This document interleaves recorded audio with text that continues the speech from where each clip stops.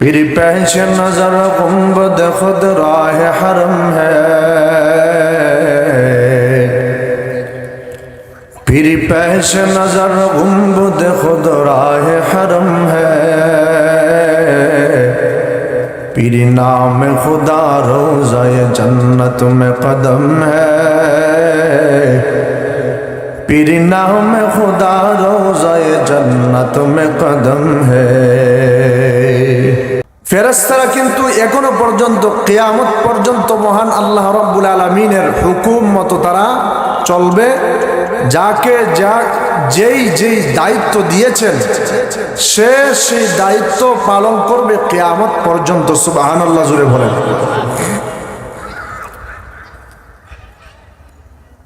একদল ফেরেশতা আছে যাদেরকে মহান আল্লাহ রাব্বুল আলামিন ওয়ার্ডার করলেন, তুমি দাঁড়ায়া দাঁড়ায়া মহান আল্লাহ রাব্বুল আলামিনের, আমি আল্লাহ রাব্বুল আলামিনের তসবিহ পাঠ করতে থাকো। সুবহানাল্লাহ জোরে বলেন।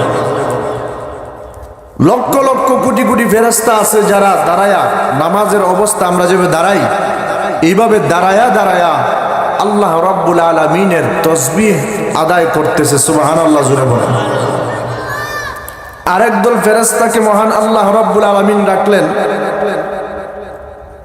লক্ষ লক্ষ কোটি ফেরেশতা আছে যারা রুকু অবস্থায় আছে। রুকু অবস্থায় তারা মহান আল্লাহ রাব্বুল আলামিনের তাসবিহাতগুলো আদায় করতেছে। সুবহানাল্লাহ জোরে বলেন। আরেক দল ফেরেশতাকে রাখছেন সিজদার অবস্থায়, সিজদারত অবস্থায় তারা আছে। লক্ষ লক্ষ ফেরেশতা আছে যারা সিজদারত অবস্থায় মহান আল্লাহ রাব্বুল আলামিনের তাসবিহাতগুলো আদায় করতেছে। সুবহানাল্লাহ জোরে বলেন। আরেক দল ফেরেশতা আছে বৈঠক অবস্থা। আমরা নামাজের মধ্যে বসি না, এক সিজদা দেওয়ার পরে বসি কি বসি না, দুই রাকাত পড়ার পরে বসি কি বসি না, এই বৈঠক অবস্থায় আছে। তারা বৈঠক অবস্থায় লক্ষ লক্ষ ফেরেশতা মহান আল্লাহ রাব্বুল আলামিনের তাসবিহাতগুলো আদায় করতেছে। আরেক দল ফেরেশতা আছে ডান দিকে সালাম ফিরানো অবস্থায়, আমরা যেইভাবে নামাজের মধ্যে ডান দিকে সালাম ফিরাই এইভাবে ডান দিকে তাকানো আছে। আরেক দল আছে বাম দিকে তাকানো। লক্ষ লক্ষ কোটি কোটি ফেরেশতা এইভাবে মহান আল্লাহ রাব্বুল আলামিনের তাসবিহাতগুলো আদায় করতেছে। তারা কিয়ামত পর্যন্ত মহান আল্লাহ রাব্বুল আলামিনের তাসবিহাতগুলো এইভাবে আদায় করতে থাকবে। সুবহানাল্লাহ জোরে বলেন। ফেরেশতারা কিন্তু আমাদের সাথেও আছে। এক একটা দাড়ির মধ্যে যারা দাড়ি রাখছেন, যেই ভাইরা যুবক ভাই সহ মুরব্বিয়ানে কেরাম সহ যাদের দাড়ি উঠার সময় হয়েছে, বয়স হয়েছে, যাদের দাড়ি উঠছে, তারা যদি দাড়ি না খামায় দাড়ি যারা রাখছে, এক একটা দাড়ির মধ্যে 70,000 করে ফেরেশতা আছে। সুবহানাল্লাহ জোরে বলেন। এই ফেরেশতা, এত সমস্ত ফেরেশতা তারা মহান আল্লাহ রাব্বুল আলামিনের হুকুম হাকাম পালন করতেছে। সুবহানাল্লাহ জোরে বলেন। মহান আল্লাহ রাব্বুল আলামিন এবার যখন দেখলেন ফেরেশতারা ইবাদত বন্দেগী করতেছে, তারা কোনো গুনাহের কাজও করে না, তারা কোনো তওবাও করে না, মাফও চায় না, শুধু আল্লাহর ইবাদত বন্দেগী করতে আছে করতে আছে করতে আছে। এবার মহান আল্লাহ রাব্বুল আলামিন চিন্তা করলেন যে দুনিয়ার জমিনে তার একদল প্রতিনিধি পাঠাবেন। মহান আল্লাহ রাব্বুল আলামিন ফেরেশতাদের সাথে কথা বললেন যে আমি তো দুনিয়ার জমিনে একটা দল পাঠাইতে চাই যারা আমি আল্লাহ রাব্বুল আলামিনের প্রতিনিধিত্ব করবে, আমি আল্লাহর কথা বলবে। দুনিয়ার জমিনে আমি একদল প্রতিনিধি পাঠাতে চাই। ফেরেশতারা এবার জিজ্ঞাসা করলো, ওগো দয়ার আল্লাহ, যেই প্রতিনিধি আপনি পাঠাবেন, যেই দল আপনি পাঠাতে চান, তাদেরকে পাঠানোর কি প্রয়োজন গো আল্লাহ? আমরাই তো আপনার ইবাদত বন্দেগী করতেছি। একদল গুনাহের কাজ করেছিল, যার কারণে তাদেরকে বিতাড়িত করে দেওয়া হয়েছে, বন জঙ্গলের মধ্যে বিতাড়িত করে দেওয়া হয়েছে। এখন তো আমরা ফেরেশতারা আপনার ইবাদত বন্দেগী করতেছি, আপনি কেন আবার আরেক দল বানাতে চান, আরেক দল পাঠাতে চান গো আল্লাহ? তারা কি আমাদের চাইতেও বেশি নেককার বান্দা হবেন আমাদের চাইতে আরো বেশি উত্তম হবে, আফজল হবে নাকি? মহান আল্লাহ রব্বুল আলামিন ডাক দিয়া বলেন, এ ফেরেশতারা তোমরা শুনে রাখো, আমি প্রতিনিধি পাঠাতে চাই। ফেরেশতারা বলে, আল্লাহ কি প্রয়োজন পাঠানোর? আমরাই তো ইবাদত বন্দেগী করতেছি, তারা তো আমাদের চাইতে বেশি উত্তম নাও হতে পারি।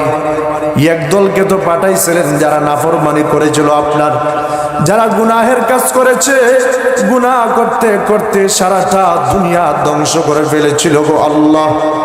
আল্লাহ রব্বুল আলামিন ডাক দেয়া বলেন, এরে ফেরেশতারা তোমরা শুনে রাখো, আমি এমন একদল পাঠাতে চাই, তোমরা কিন্তু আমার চাইতে বেশি জানো না।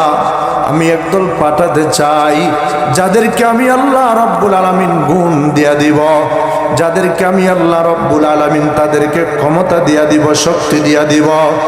জান্নাতের ইচ্ছা করলে জান্নাতের পথেও চলতে পারবি, ইচ্ছা করলে জাহান্নামের পথেও চলতে পারবি। ফারিকুম ফিল জান্নাতি ওয়া ফারিকুম ফিস সাঈর।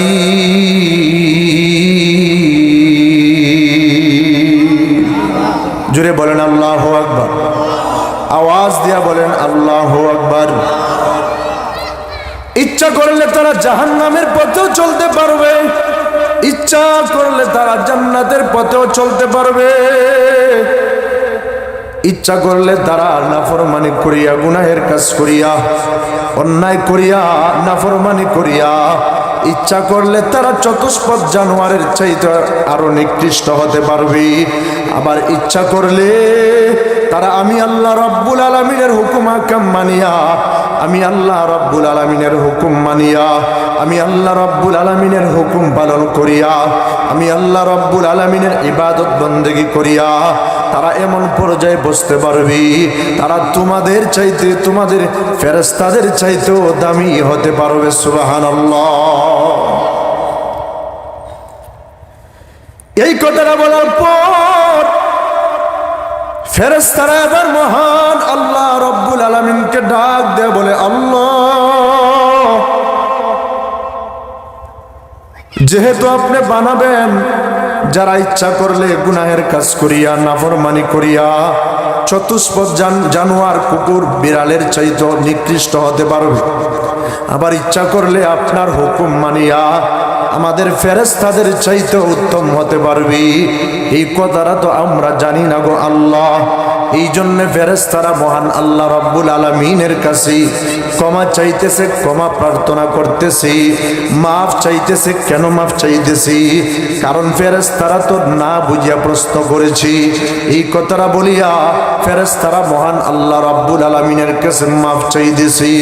মহান আল্লাহ রব্বুল আলামিনকে ডেকে ডেকে বলতেছে, দয়ার আল্লাহ, আমরা তো অন্যায় করেছি, না বুঝি আপনাকে প্রশ্ন করেছি, আপনাকে তো প্রশ্ন করার কোনো প্রয়োজন ছিল না, আপনাকে কেন প্রশ্ন করলাম?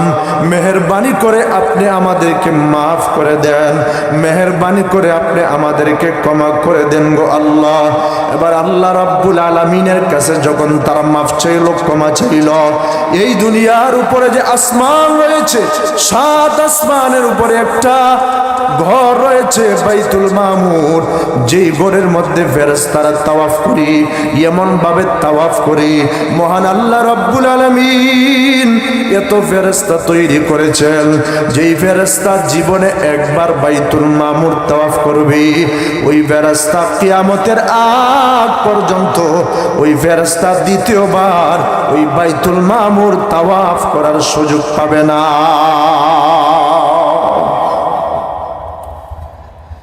ফেরেশতারা এবার ওই বাইতুল মামুরের তাওয়াফের উসিলা বানাইয়া, দুনিয়ার জমিনে আমরা উসিলা বানাই, দোয়ার মধ্যে আমরা বলি, ওগো আল্লাহ, অমুক আল্লাহর ওলির উসিলায় আমাদেরকে মাফ করেন। আমরা উসিলা বানাই, ওগো আল্লাহ, কোরআনের তেলাওয়াতের উসিলায় আপনি আমাদের দোয়া কবুল করেন। বলি কি বলি না? জোরে বলেন।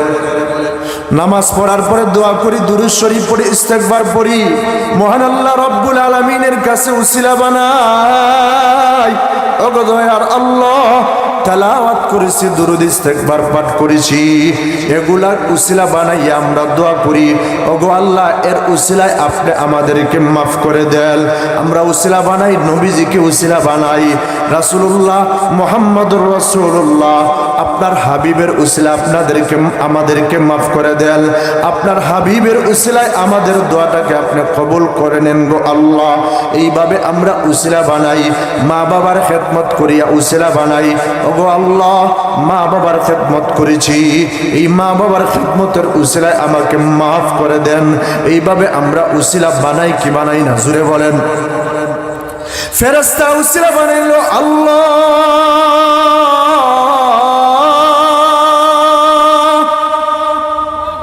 বাইতুল মামুরের এই তাওয়াফের উসিলা বানাইয়া আপনার কাছে মাফ চাইতেছে আল্লাহ। এই তাওয়াফের উসিলা আপনি আমাদেরকে মাফ করে দিন। আল্লাহ রাব্বুল আলামিন ডাক দেয়া বলেন, আরে ফেরেশতারা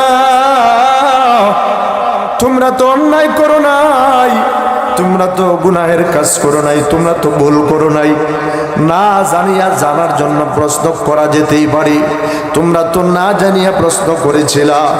আরে ফেরেশতারা তোমরা এই তাওয়াফকে উসিলা বানাইয়া আমি আল্লাহ রাব্বুল আলামিনের কাছে মাফ চাইছো, অন্যায় না করিয়াও তোমরা মাফ চাইছো।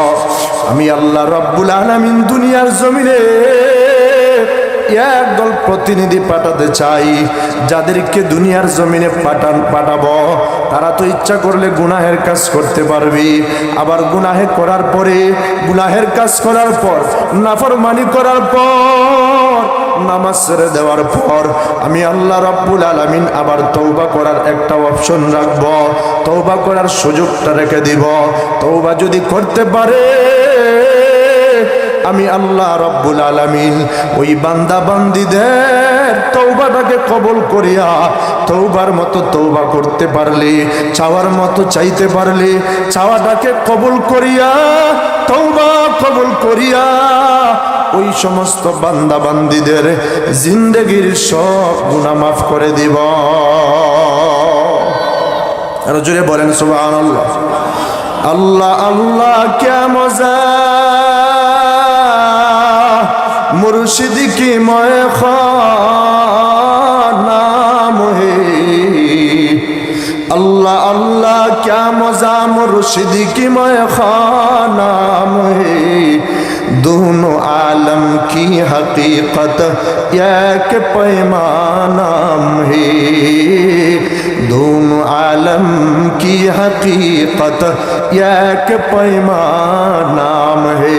अल्लाहु अकबर, जोरे बोलें। আল্লাহ রাব্বুল আলামিন ডাক দিয়ে বললেন, ফেরেশতারা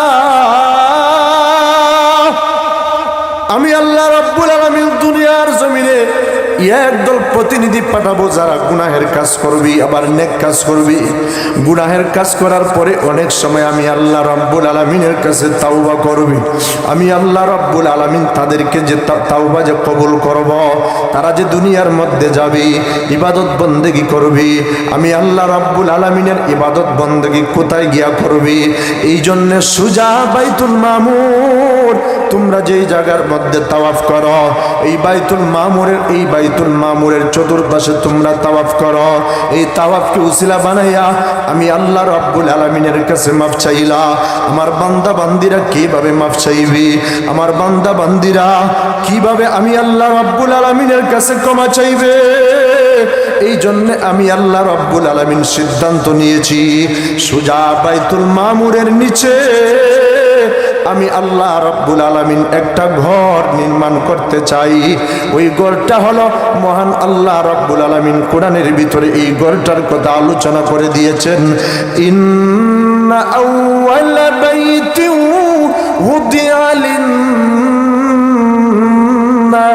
লাল্লাযী বিবাক্কাতা মুবারাকান ওয়া হুদাল লিল আলামিন।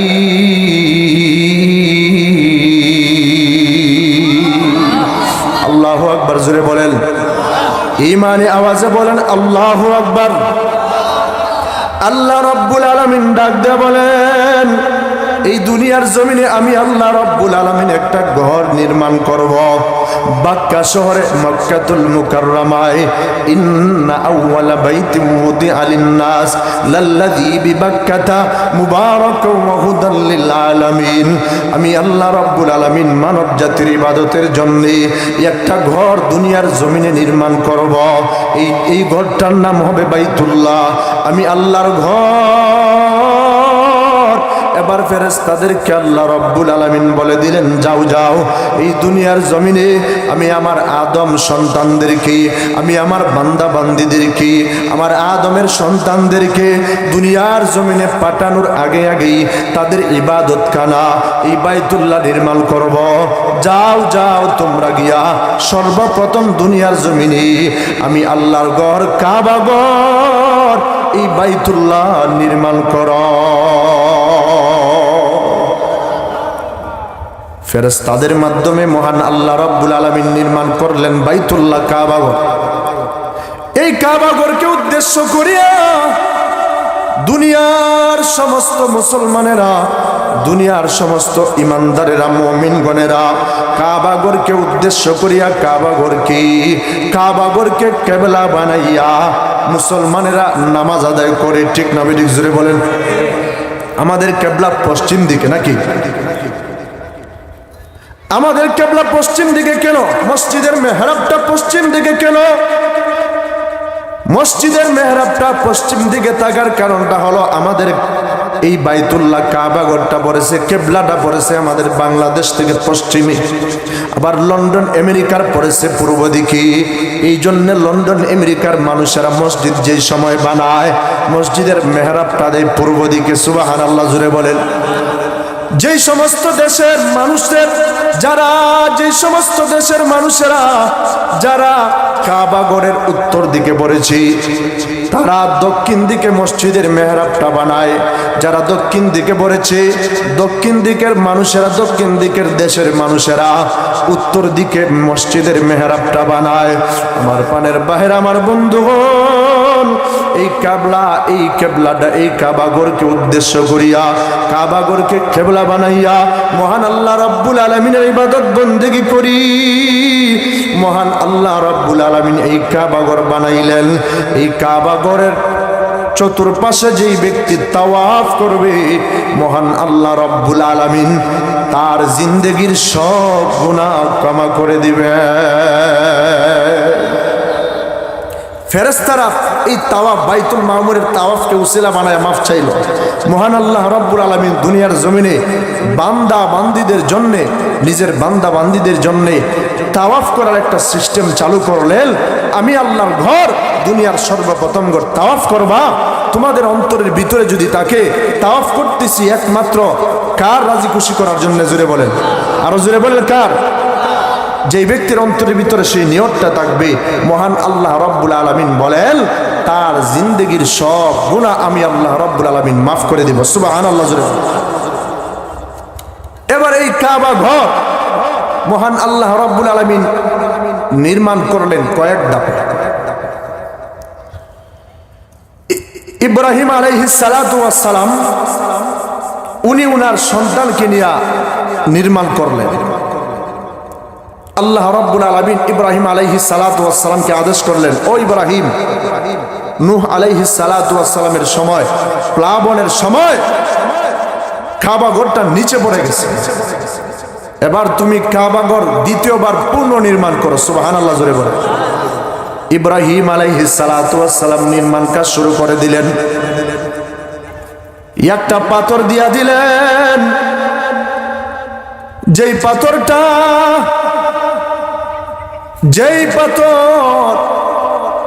জান্নাতি পাথর মহান আল্লাহ রাব্বুল আলামিন দিয়া দিলেন। এই পাথরটাকে মহান আল্লাহ রাব্বুল আলামিন সিঁড়ি বানায়া দিলেন, লিফটের মতো বানায়া দিলেন। সুবহানাল্লাহ, জোরে বলেন। এই পাথরের মধ্যে পা রাখিয়া ইব্রাহিম আলাইহিস সালাতু ওয়াস সালাম উনি হলেন মিস্ত্রি, আর যুগালি হলেন ওনার সন্তান ইসমাইল আলাইহিস সালাম। সুবহানাল্লাহ, জোরে বলেন। নিজের সন্তান।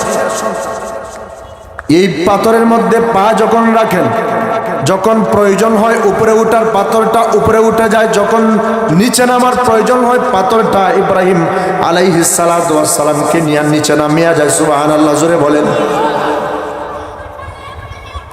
এই মাকাম ইব্রাহিম এখনো পর্যন্ত কাবা ঘরের পাশে ইব্রাহিম আলাইহিস সালাতু ওয়াস সালামের পায়ের চাপটাই পাথরটা রয়েছে। আল্লাহু আকবার, জোরে বলেন। এখনো পর্যন্ত যারা উমরায় গিয়েছে, যারা হজ করতে গিয়েছে, তারা নিদর্শন দেখতে পেরেছে। গত বছর গিয়েছিলাম, আল্লাহ রাব্বুল আলামিন আমাকে নিয়েছেন, তার ঘর দেখার তৌফিক দিয়েছেন, দেখাইছেন। মাকাম ইব্রাহিম দেখলাম, কাবা ঘর দেখলাম। ইব্রাহিম আলাইহিস সালাতু ওয়াস সালাম যে কাবা ঘর বানাইলেন, যেই পাথরের উপরে পা রাখলেন, এই পাথরটাও দেখলাম, দুইটা চোখের পানি ফালায়া কানলাম। আল্লাহর নবী, আল্লাহর খলিল ইব্রাহিম খলিলুল্লাহ এই কাবা ঘর বানাইলেন, আল্লাহর ঘর বানাইলেন। এই কাবা ঘর বানাইলেন, আল্লাহর ঘর বানাইলেন। কাবা ঘর বানানোর পরে এবার আল্লাহ রাব্বুল আলামিন ডাক দিয়া বললেন, ও ইব্রাহিম, এই কাবা ঘর বানানোর পরে যেই সমস্ত বালুকণা রয়েছে, কঙ্করগুলা রয়েছে, পাথরের কিছু কঙ্করগুলা রয়েছে, কিছু পাথরের কঙ্করগুলা তোমার হাতের মধ্যে নিয়া তুমি এবার এই পাথরগুলাকে সরায় ছিটায়া দাও। ইব্রাহিম আলাইহিস সালাতু ওয়াস সালাম ডাক দিয়া বললেন, ওগো দয়ার আল্লাহ, এই পাথরগুলা সরায় ছিটায় দিলে কি হবে? এবার আল্লাহ রাব্বুল আলামিন বললেন, এ ইব্রাহিম খলিলুল্লাহ, রে আমার খলিল, তুমি যদি পাথরের কোনাগুলাকে সরায় ছিটায় দাও, আমি আল্লাহ রাব্বুল আলামিন এই পাথরের কোনাগুলাকে সারা পৃথিবীর মধ্যে সরায় ছিটায় দিব। এই পাথরের কোনাগুলা যেই জায়গার মধ্যে গিয়া পড়বে, আমি আল্লাহ রাব্বুল আলামিনের হুকুমে কিয়ামতের আগে হলেও ওই জায়গার মধ্যে আমি আল্লাহ রাব্বুল আলামিনের হুকুমে ওই জায়গার মধ্যে আমি আল্লাহর ঘর, একটা মসজিদ নির্মাণ হয়ে যাবে। সুবহানাল্লাহ, জোরে বলেন। এই তো কামারগাঁও, শান্তি বাউলা সহ সারা বাংলাদেশে, সারা পৃথিবীতে যেই জায়গার মধ্যে মসজিদ রয়েছে, ছোট হোক বড় হোক, ওই জায়গার মধ্যে ইব্রাহিম আলাইহিস সালাতু ওয়াস সালামের এই হাত দিয়া নিজে যে সরায়া ছিটায় দিয়েছিলেন এই কঙ্করগুলা, এই কঙ্করগুলোর একটা টুকরা হলেও ওই জায়গার মধ্যে পড়েছি। এই জন্য মহান আল্লাহ রাব্বুল আলামিনের হুকুমে ওই সমস্ত জায়গায় মসজিদ নির্মাণ হয়ে গেছে। সুবহানাল্লাহ। আমার প্রাণের ভাই, আমার বন্ধুগণ, মনোযোগ সহকারে শুনবেন, দিলের কানটা লাগায় শুনবেন। এই মসজিদ আল্লাহর ঘর। জোরে বলেন কার ঘর? আরো জোরে বলেন কার ঘর? ইমানি আওয়াজে হাত উঠাইয়া আমার আল্লাহকে দেখায়া, হাতটা উঠাইয়া এইভাবে আঙ্গুলটাকে উঁচা করিয়া বলো, কার ঘর? আল্লাহ রাব্বুল আলামিনের ঘর। এই ঘর যদি কেউ নির্মাণ করি, এই ঘরে যদি কেউ দান করে, মসজিদে যদি কেউ দান করে, মসজিদের মধ্যে যদি কেউ দান করি, মসজিদ যদি কেউ নির্মাণ করে, ইব্রাহিম খলিলুল্লাহ কাবা ঘর বানায়া দোয়া করেছিলেন, আল্লাহ আমি আপনার কাছে দোয়া করতেছি, যেই ব্যক্তি আপনার ঘর নির্মাণ করবে, ওগো দয়ার আল্লাহ, তাকে আপনি আমার সাথে জান্নাতে দিয়া দিলেন। সুবহানাল্লাহ, জোরে বলেন। ইব্রাহিম আলাইহিস সালাতু ওয়াস সালাম কাবা ঘর নির্মাণ করার পর দোয়া করলেন, আল্লাহ আপনি আমার এই কাজটাকে কবুল করেন। আর যারা যারা দুনিয়ার জমিনে মসজিদ নির্মাণ করবে, আপনার ঘর নির্মাণ করবে, ঘর তৈরি করবে, আপনি তাদেরকে আমার সাথে জান্নাতের বাসিন্দা বানায়া দিয়া। আমার প্রাণের ভাই, আমার বন্ধুগণ, তাহলে এই আল্লাহর ঘর মসজিদ যদি কেউ নির্মাণ করি, আল্লাহর ঘর যদি কেউ নির্মাণ করি, এই ঘর নির্মাণ করলে মহান আল্লাহ রাব্বুল আলামিন ইব্রাহিম আলাইহিস সালাতু ওয়াস সালামের সাথে জান্নাতে দিয়া দিবেন। সুবহানাল্লাহ বলেন। আমরা জান্নাতে যাইতে চাই কি চাই না? ইব্রাহিম আলাইহিস সালাতু ওয়াস, আমাদের মুসলিম জাতির পিতা ইব্রাহিম আলাইহিস সালাতু ওয়াস সালাম, উনার সাথে আমরা জান্নাতে যেতে চাই কি চাই না? জোরে বলেন। এই জন্যে তাহলে মসজিদের মধ্যে দান করতে হবে, যার যতটুকু সামর্থ্য আছে দান করতে হবে।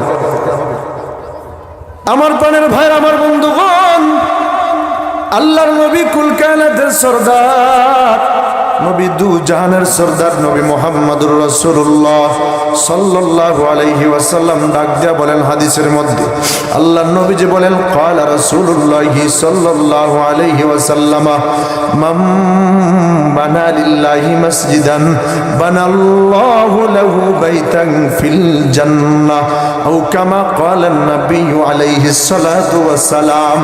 আল্লাহর নবী কুল কায়নাতের সরদার, নবী দু জাহানের সরদার নবী মুহাম্মদুর রাসূলুল্লাহ সাল্লাল্লাহু আলাইহি ওয়াসাল্লাম ডেকে ডেকে বলেন, যেই ব্যক্তি মহান আল্লাহ রাব্বুল আলামিনের জন্য একটা ঘর নির্মাণ করবে, মসজিদ নির্মাণ করবে, আল্লাহ রাব্বুল আলামিনের ঘর নির্মাণ করবে, মসজিদ নির্মাণ করবে, বাইতুল্লাহ নির্মাণ করবে, আল্লাহর ঘর নির্মাণ করবে, মহান আল্লাহ রাব্বুল আলামিন তার জন্য জান্নাতের ভিতরে স্বর্ণের একটা ঘর নির্মাণ করে দিবেন।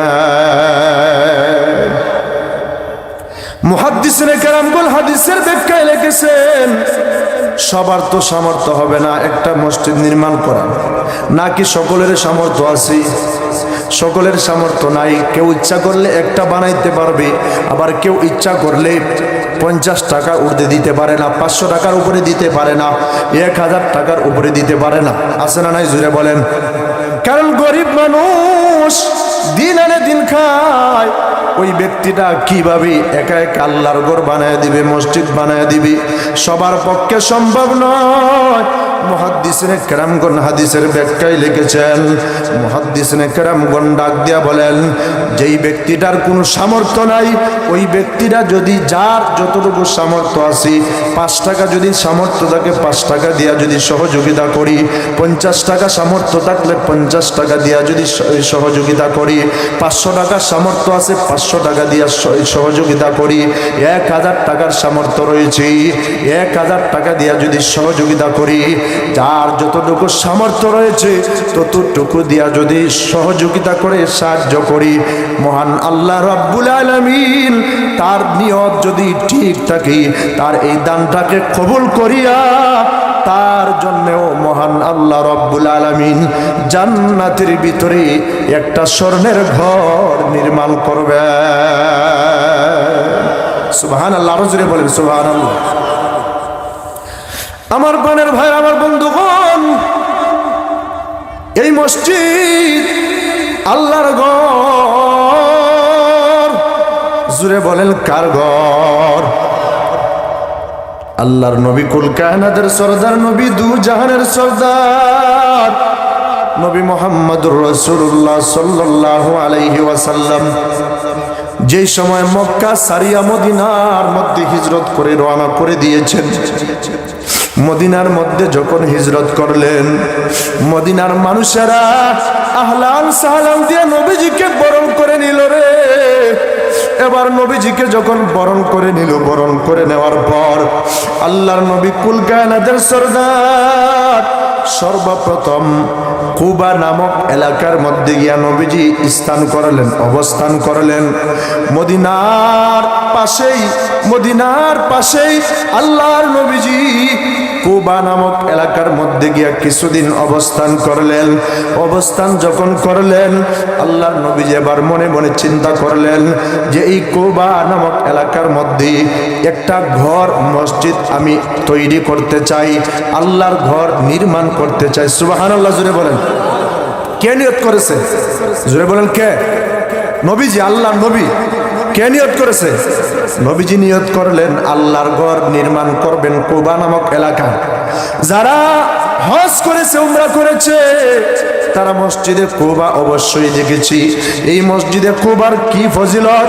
এই মসজিদে কুবার মধ্যে গিয়া যদি কেউ 2 রাকাত নামাজ আদায় করি, মহান আল্লাহ রাব্বুল আলামিন তার আমল নামায় একটা কবুল উমরা হজের সওয়াব দান করবে। এই জন্য আল্লাহর নবীজি মদিনার মসজিদে নববী থেকে মাঝে মাঝে শনিবারে, প্রায় সময় শনিবারে, মঙ্গলবারে যাইতেন, মাঝে মাঝে অন্য দিনও যাইতেন।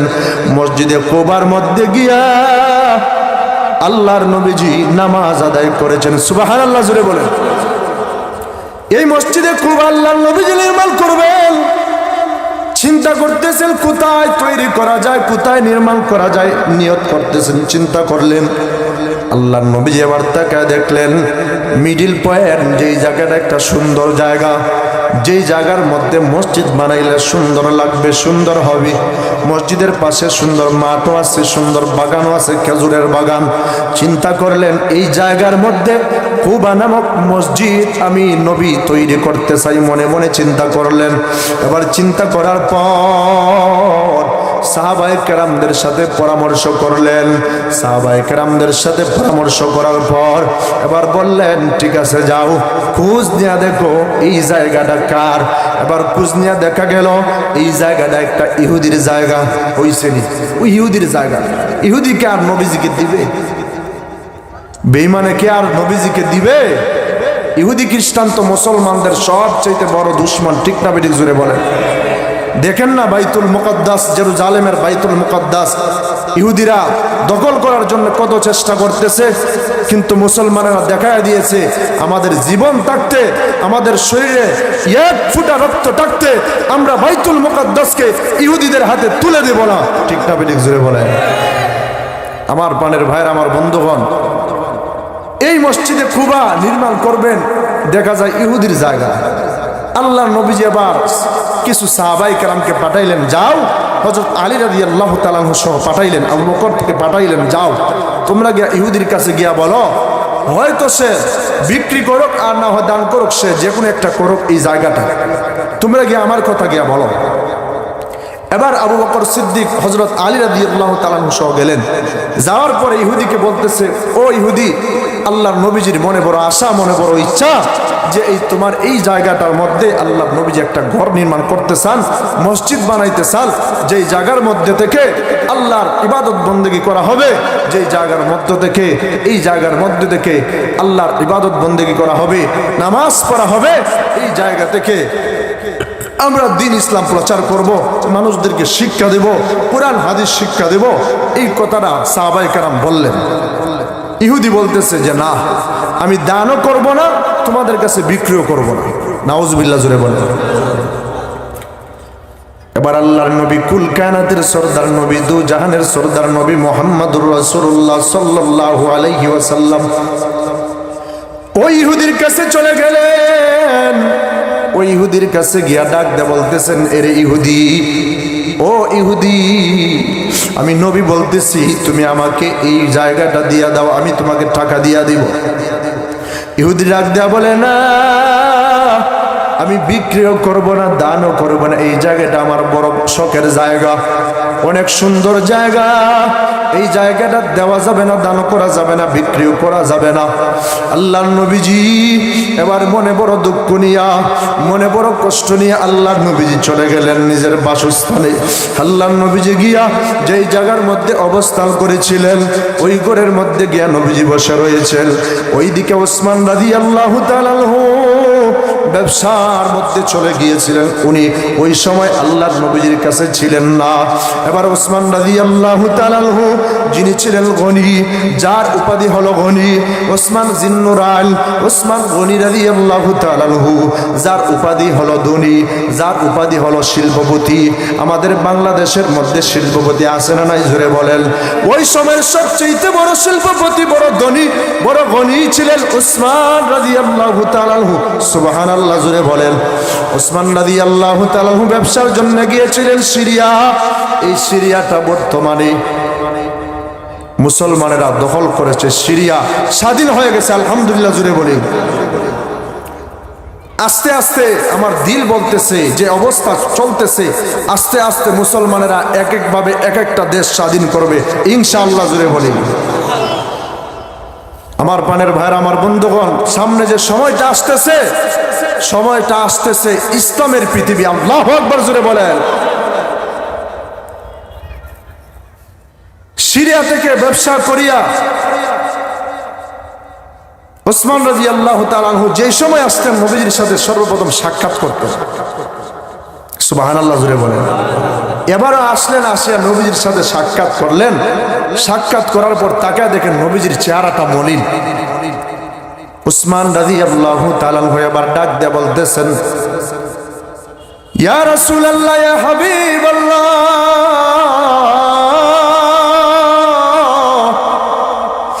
ওগো আল্লাহর পয়গম্বর, আপনার চেহারাটা দেখে আমার দিলের ভিতরে বড় কষ্ট লাগছে গো নবী।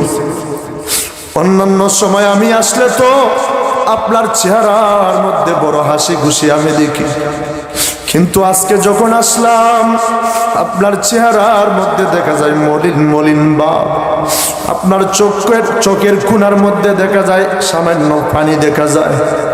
ইয়া রাসূলুল্লাহ, ইয়া হাবিবাল্লাহ, আপনার দিলের মধ্যে কি কোনো কষ্ট লাগছে নাকি? আপনি কি কোনো কষ্ট পাইছেন নাকি গো নবীজি? আল্লাহর নবীজি ডাক দেয়া বলেন, এরে উসমান, না না, তেমন কিছু না রে উসমান।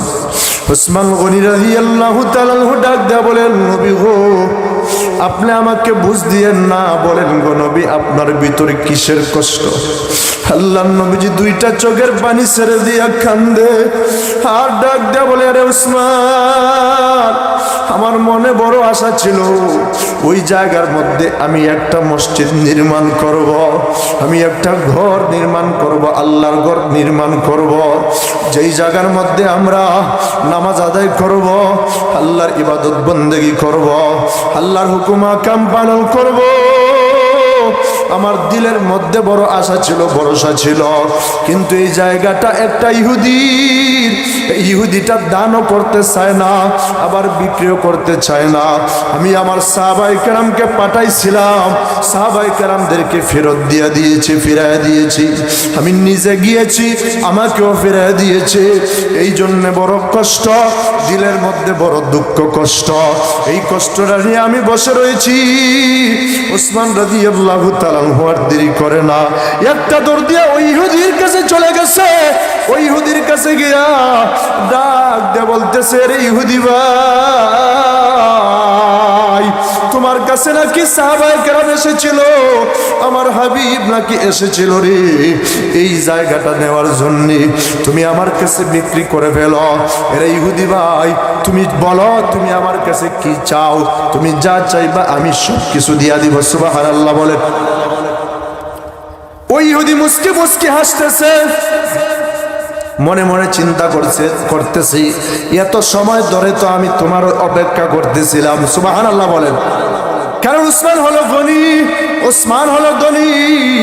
অন্যান্য সাহাবায়ে কেরামের কাছে তারা হিজরত করে নতুন মাত্র আসছেন, তাদের কাছে বা কি বার থাকবে, কিন্তু উসমান রাদিয়াল্লাহু তাআলা হিজরত করে আসলেও উনি তো বড় ব্যবসায়িক ছিলেন, বড় ধনাঢ্য ব্যক্তি ছিলেন, ব্যবসা করতেন, ধনী ব্যক্তি ছিলেন। আমার পানের বাহির আমার বন্ধুগণ, যারা ব্যবসা করি, ব্যবসায়িক যারা আছি, যারা ব্যবসা করি, তারা যদি সঠিকভাবে হালালভাবে ব্যবসা করতে পারে, হাসরের ময়দানে মহান আল্লাহ রাব্বুল আলামিন নবীগণের সাথে, শহীদদের সাথে, সাহাবায়ে কেরামদের সাথে জান্নাতে দিয়া দিবে। সুবহানাল্লাহ জোরে বলেন, আর জোরে বলেন সুবহানাল্লাহ। উসমান রাদিয়াল্লাহু তাআলা এবার বলতেছেন, তুমি বলো কি চাও? ইহুদি মনে মনে চিন্তা করতেছে, আমি তো তোমার অপেক্ষায় আছি, কোন সময় তুমি আসবা আর তোমার কাছে আমি চাইব। এবার ওই ইহুদি ডাক দিয়ে বলতেছে, রে উসমান, ও উসমান, তুমি যদি এই জায়গাটা ক্রয় করতে চাও, তাহলে তোমার যত সম্পদ আছে, যত ব্যবসা, যত টাকা পয়সা আছে, সব কিছু যদি আমার নামে লিখে দাও, তাহলে আমি এই জায়গাটা দিব, নতুবা তোমাকে এই জায়গা দিব না। উসমান রাদিয়াল্লাহু তাআলা সাথে সাথে বললেন, নাও, দলিল দিয়া দিলাম, তোমাকে আমার সমস্ত সম্পত্তি দিয়া দিলাম। আল্লাহু আকবার জোরে বলেন সুবহানাল্লাহ, বলেন না জোরে, আরো আওয়াজ দিয়া বলেন সুবহানাল্লাহ। এর ইহুদি সমস্ত কিছু দিয়া দিলাম, টাকা পয়সা, ব্যবসা বাণিজ্য, ঘর বাড়ি, জায়গা সম্পদ যা আছে সব কিছু দিয়া দিলাম। এর ইহুদি,